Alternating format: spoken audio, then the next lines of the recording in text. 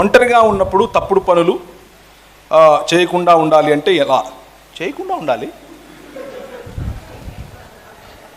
ఇదేంటి? ఎలా చేయకుండా ఉంటే చాలు.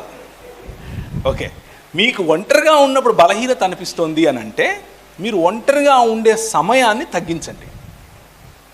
ఈజీ కదా. ఉదాహరణకు మీ ఇల్లుంది, మీ ఇంట్లో మీ రూముకు గడియ పెట్టకండి, గడియ తీసేయండి. సో ప్రైవసీ, తలుపేస్తే ప్రైవసీ ఉంటుంది, గడియ పెడితే సీక్రసీ వస్తుంది. సీక్రసీకి ప్రైవసీకి తేడా ఏంటి? ప్రైవసీ అంటే నువ్వు నీ ఏకాంతంలో నువ్వు చేసుకోవాల్సిన పనులకు నీకు సమయం ఉండాలి. సీక్రసీ అంటే ఎవరూ చూడకుండా, ఎవరూ నిన్ను గమనించకుండా నువ్వు చేసుకునేటివి. అలాంటివి నువ్వు తగ్గించాలి అని అంటే గడియ తీసేయండి అంతే. చిన్న చిన్న పనులు ఉపయోగపడతాయి.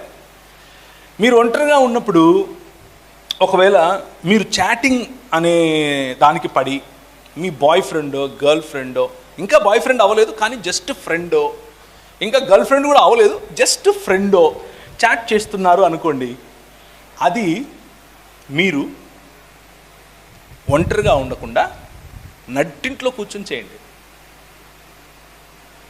నట్టింట్లో కూర్చొని చేయండి. మీరు ఒంటరిగా ఉన్నప్పుడు వచ్చే తలంపులను కనీసం మెల్లిమెల్లిగా అక్కడ మీరు జయిస్తారు. సమయం తీసుకుని, మీరు ఇలా చేస్తున్నారు కాబట్టి మీరు ఇక పనికిరారు, మీరు నరకానికి వెళ్ళిపోతారు అని నేను చెప్పట్లేదు. నేను ఏం చెప్తున్నాను అని అంటే మీరు వాటిని జయించవచ్చు అని చెప్తున్నాను. మీరు జయించగలరు వాటిని. All you need to do is just follow in some discipline. 2 గంటలు ఒంటరిగా ఉండాలనుకున్న మీరు మెల్లిమెల్లిగా టైం తగ్గించి 5 నిమిషాల వరకు కేటాయించండి. 6 నిమిషాలు, 10 నిమిషాలు, అరగంట చాలు. అంతకంటే ఎక్కువైతే అది సీక్రసీ అవుతుంది. సీక్రసీ అవుతుంది. వీలైతే ఇంకొక మంచి సలహా మీకు ఉపయోగపడేది, వీలైతే మీ చెల్లినో అక్కనో అన్ననో తమ్ముడో లేకపోతే మీ క్లోజ్ ఫ్రెండో ఎవరో ఒకరు మీకుండాలి.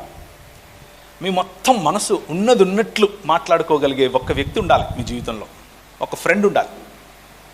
ఆ ఫ్రెండ్ లేరనుకోండి, మీ ఒంటరితనంలో మీకు అవసరం లేని వాళ్ళు ఫ్రెండ్స్ అవుతారు,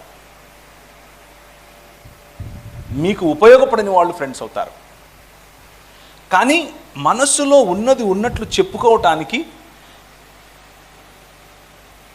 నువ్వు ఏం చెప్పినా కానీ విని నేనున్నా లేరా తమ్ముడు నీకు అని చెప్పేవాళ్ళు అయి ఉండాలి సుమా. లేకపోతే అయిండ్రా, అయిందా, నేను చెప్పిన ఆ రోజే చెప్పినా, నీకు ఆ రోజే చెప్పినా, నువ్వు డైరెక్ట్గా నరకానికే అని చెప్పేటోళ్ళు వద్దు. వాళ్ళు ఎంత భక్తిపరులైనా సరే వద్దు. అలాంటి వాళ్ళు మీ జీవితాన్ని కట్టలేరు. సలహాలు ఇస్తూనే మీ బలహీనతలను అర్థం చేసుకుంటూ మీతో పాటు నడిచే ఒక్క ఫ్రెండ్ను మీరు పట్టుకోండి.